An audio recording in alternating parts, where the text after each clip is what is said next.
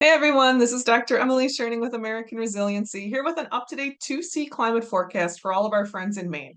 Last time we looked at the Maine outlook, I was just getting started. I included you in a northern New England kind of clump, but this year you're going to get your own video like you deserve. And when I was getting started back in 2021, I started making these climate outlooks. I called them 2050 climate forecasts. Back then, it seemed reasonable to think we'd hit 2C at mid century. That was the consensus science. But that was then, 2023, it's been a very serious year in climate. We hit 2C for a couple days towards the end of 23. We've been very close to 2C several days so far at the beginning of 2024. 2023 was the first year we spent over 1.5C. So all of that, it forces us to change our thinking. It's all been very unexpected, even within the climate science community.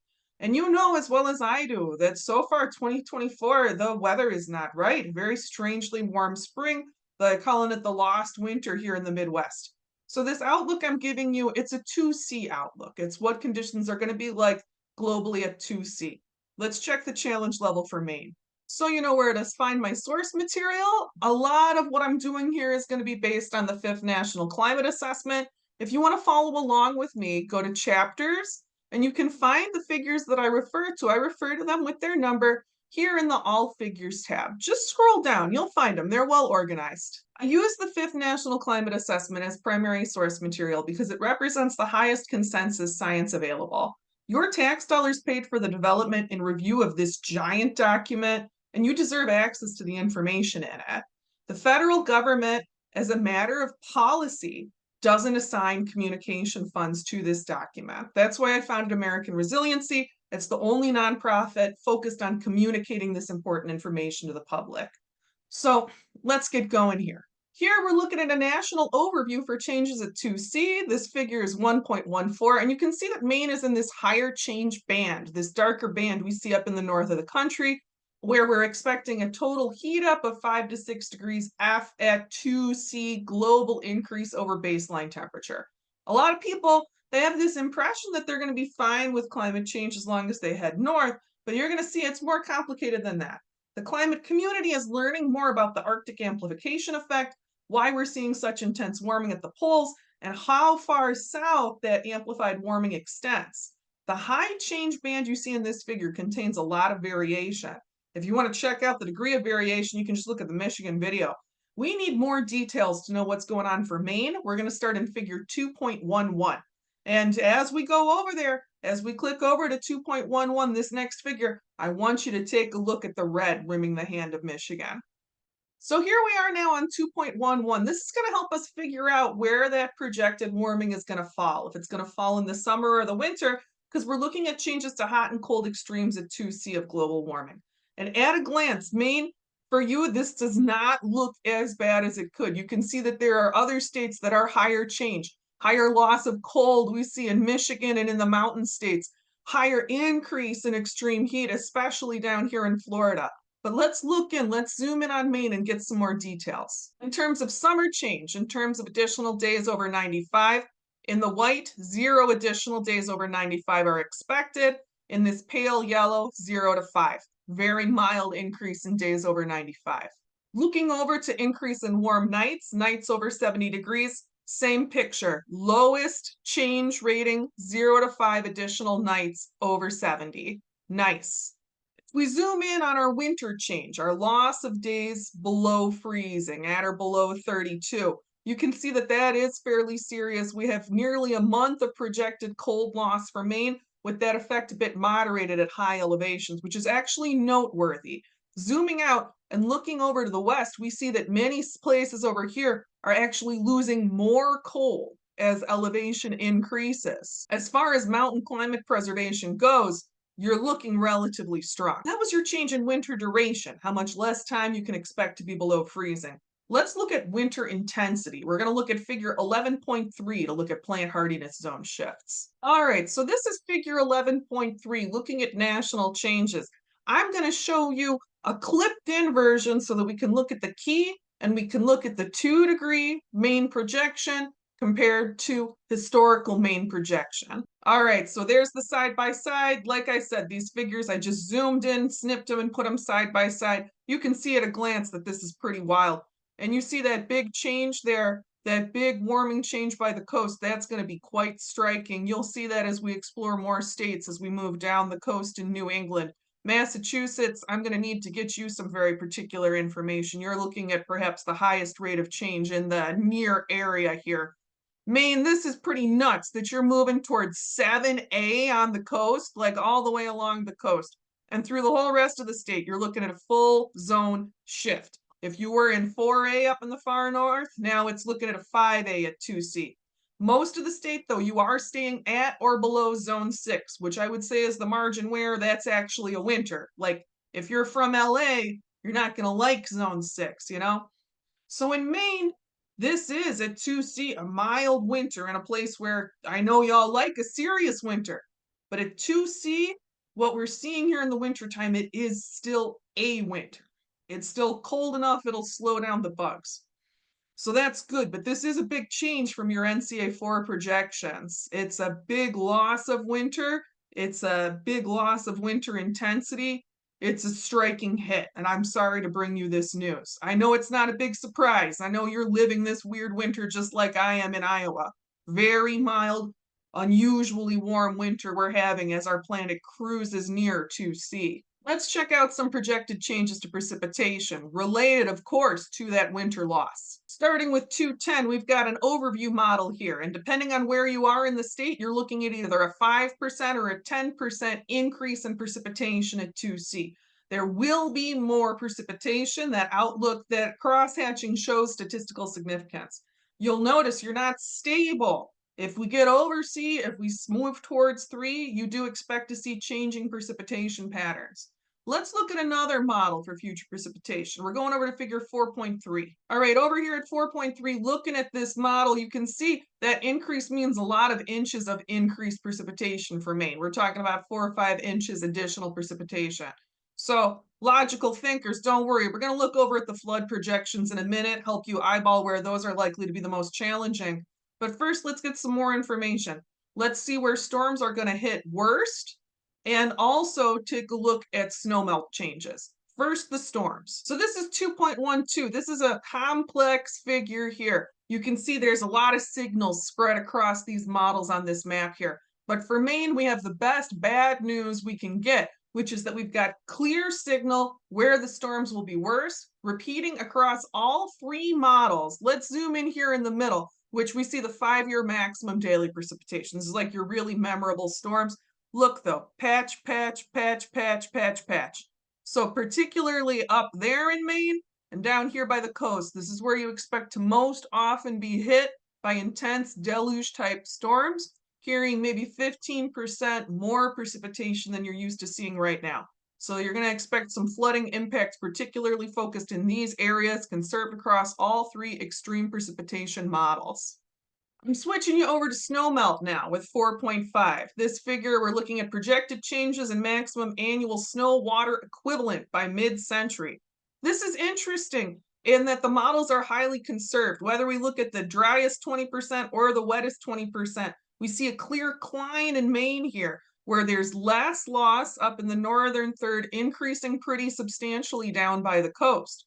This is looking like in the north of Maine, you're projected to hold the snow better than other places, conserved across models. I would like you to look over to the west on this map here. Again, we can see relative conservation for the mountains of Maine, not as much striking snow loss for the mountains of Maine or for some of the mountains of upstate New York here. I know some of you other folks in New England are following along, but as we head towards the coast, we do see a bigger loss of snowmelt water. That's going to have some real changes in local hydrology. Putting this all together, I think you're not going to be surprised that when we look at the flood projections, flooding is going to be a big challenge for Maine. Let's look over at the flood projections. That's figure 110. So you can see here at a glance that Maine is looking pretty green. It's looking like you're going to see a 10 to 20% increase in average annual loss around flooding in Maine. And let's zoom in there and get the county by county view. Where's flooding going to be the worst? It shouldn't shock us that this part of Maine that's going to get hit with those storms as well as those snowmelt increases, those big changes in hydrology, we see some particularly focused damage, right?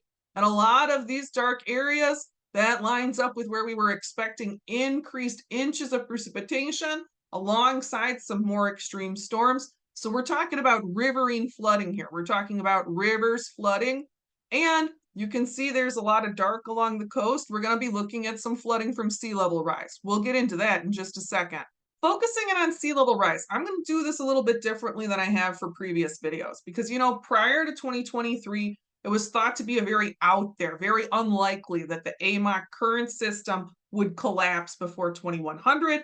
But we're seeing some really weird signs on that in Earth systems right now. I think enough that it's worth modeling for what would happen if we did see AMOC tip over in the next few years, because we know what we would be able to see with that in terms of increase of sea level rise. We'd be looking at 10, 13 feet of sea level rise by mid-century, which is nuts. So under figure 9.2, which you can see here, the federal government is projecting a couple feet of sea level rise for Maine by 2050. But we really, I think, want to look at that range of probable mid-century futures. So for this outlook for Maine that I'm making here in February of 24, we're going to model 2 feet of rise for if we don't get an AMOC tip, and we're going to model 10 feet of rise so that we could see what would happen if we did get an AMOC tip. So here we are in the sea level rise tour. Let's zoom in a little bit, get a good look at the coast of Maine. You can see that at 2 feet, there's going to be some visible changes to the coast of Maine. And at 10 feet, you do see some more land loss, but it's not as dramatic a change as in some other parts of the country. Looking out, let's contrast that to Florida. So here's Florida, big picture. At 2 feet, you see some land loss, right? At 10 feet, it's much more dramatic than what we expect to see for Maine. Looking back at 2 feet, let's go up and let's focus on you. All right, here we are, focused in on Maine. We're going to look at Bangor, Augusta, Brunswick, and Portland. Bangor, you can see here that at 2 feet of sea level rise, you're going to have some subtle effects start heating up. You might have to start looking at riverine flooding driven by storms that push the river up into town. At 10 feet, let's zoom in here. It looks like at 10 feet, you would start to see some impacts in the industrial areas here. So if we got an AMOC tip, this would be an important thing to prioritize for resilience, would be to do preemptive cleanup of these industrial sites so that you don't pollute the water, the soil in this area, which otherwise does have a relatively strong outlook. Augusta, you can see that at 2 feet, it's a similar situation for you, where at 2 feet, the river you can see starts to get a little rowdy, a little threatening. At 10 feet, we start to see some impacts that are going to hit housing stock there and there. And let's zoom in on this area that's going to be most impacted. Again, we're looking at industrial areas where if we're moving towards these very high sea level rise scenarios, preemptive attention to cleanup of industrial areas will help really level up your sustainability and resilience in this area with an otherwise fairly strong outlook. Down by Brunswick, here's where I'm starting to get actually kind of concerned. Even at 2 feet, it looks to me like we have an emerging major infrastructure problem around Route 1. And if you look at 10 feet, this is pretty serious. This is pretty serious infrastructure impact potential for a major highway. I think it's also worth noting, look, down to current, moving up to 2, moving up to 10. You're going to get some back end impact heading towards your industrial areas. So you got to think about the sea level rise coming from multiple directions in this area. You can see even at 10 feet, a lot of your housing stock is pretty stable in Brunswick. It's all about thinking, how are you going to shift these industrial areas? How are you going to make adaptive moves to infrastructure before things get bad so that you don't lose this major transportation artery? Down to Portland, this is the one I'm worried about. Even at 2 feet, we start to see damage to housing stock in Portland. And at 10 feet, you're losing substantial parts of the developed downtown directly to inundation, not to storm surge, where you'd expect a big storm would be washing things even further up in Portland there. If you're like me, if you're a generation thinking person, looking at this would make me want to pull out of Portland. And I hear that Portland is like Duluth, where locals are getting priced out by people who want like a seasonal climate haven, where the Airbnb market is making it impossible for working people to live. It's interesting to me. that both of these publicized climate haven cities are looking to be smacked really quite hard, either by water or by fire. The bottom line is if you really want to dig in, I don't think Portland is the place. Looking at Portland is pretty depressing. I feel like I want to show you something nice. I want to show you this coastal gem of Ellsworth, Maine here. This is in the lowest flood risk by county area of Maine. If I looked back at figure 110, that flood map, this town must be high up on a bluff. From the air, it sure looks really pretty. And I want you to check it out. The impact at 2 and at 10. Extremely small, extremely small. And this does not look like it's going to go directly into an industrial area. It looks like more of your commercial industrial areas here are fairly far away. So this place is like kind of pre-adapted even for extreme sea level rise. And it just looks nice. It's nice to see that some nice place is going to have a pretty good outcome. If you're looking at this and all the signs are lining up for you, if they're all lining up for your community, if you're a special kind of place like Ellsworth here, that's the sort of place where local stakeholders, I'd strongly recommend that you get people together to get a legal framework in place to control growth, to think about the future you want, to preserve your potential for generational sustainable living. I got some regional figures now I want to show you. They might be useful for your planning if you're interested in that kind of long-term hold. This figure 21.7, it can help us understand what's already happening further down the East Coast, like in New Jersey where you have these big ghost forests appearing. With sea level rise, it doesn't just have direct impacts right at the coast. We can see that salt water from the ocean can get into the groundwater. We can get a zone where the groundwater becomes salty further in from the coast, and it can make the water table rise so that forests that were once a low-lying basin that fills up from the bottom with the water that's moving inland. It might not be salty, but just the change in the water table far inland can cause major ecosystem effects. So if you're a person who's into permaculture, you're thinking about planting a food forest, you got to think about if you're anywhere near the coast, where's that water table likely to go?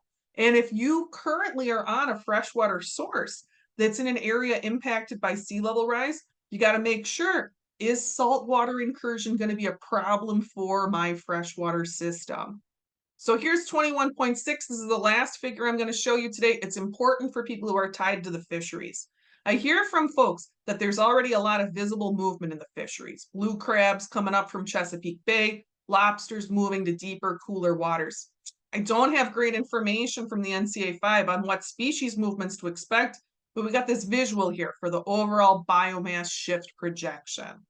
Biomass shift gives us a big blurry picture of what will be happening in the water. That dark color in the second figure here, this figure here, the dark color is bad. The dark color means the less life we expect in the waters. So, I live about as inland as it gets in eastern Iowa, and even I have heard that the Bay of Fundy there is struggling. It does look like that's projected to get worse. But I think it's worth noting that most of the coast of Maine, we really see very limited biomass production, and we can see what parts of the ocean it might be worth going out to fish, going out to do sustainable catch. We look at all these challenges coming up ahead, and it looks hard, but I know Maine is going to put up a fight. I was really angry when I saw these changes to the projections in the NCA5 from the NCA4. Before Maine, it had looked like you'd keep more of your winter. And this winter that you're keeping, it is a winter, right? It's at least a zone 6 winter for most of the state. But that's not the serious Maine winter that's important to your special landscapes, that's important to the culture of Maine. That warming near the coast is more dramatic than I think any of us would like to see for Maine. But, for people who have been digging in Maine, the summer outlook is very important. And I think that we can take a minute to focus on that bright spot.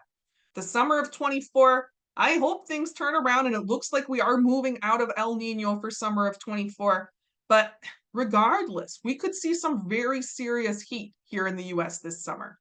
The projections for Maine do not indicate that you should really stress about like life-threatening heat in Maine. That sounds weird even to say, right? It's weird for me maybe even to express that as a concern, but other traditional cool summer areas, like up in Minnesota, they do need to be concerned about life-threatening heat potentially this year. So your cool summer preservations in these projections, it's a major strength. I am wishing you all the best. If you're in Maine trying to build resilience against what's coming, you should focus on preparing for increasingly intense storms, particularly in those areas we highlighted, and for flooding resulting from those storms. The storms might come with hail too. It's worth thinking about how to tent fragile plants for hail. Think about that part of the plan. The big picture for Maine, it looks like controlling water is going to be your big challenge.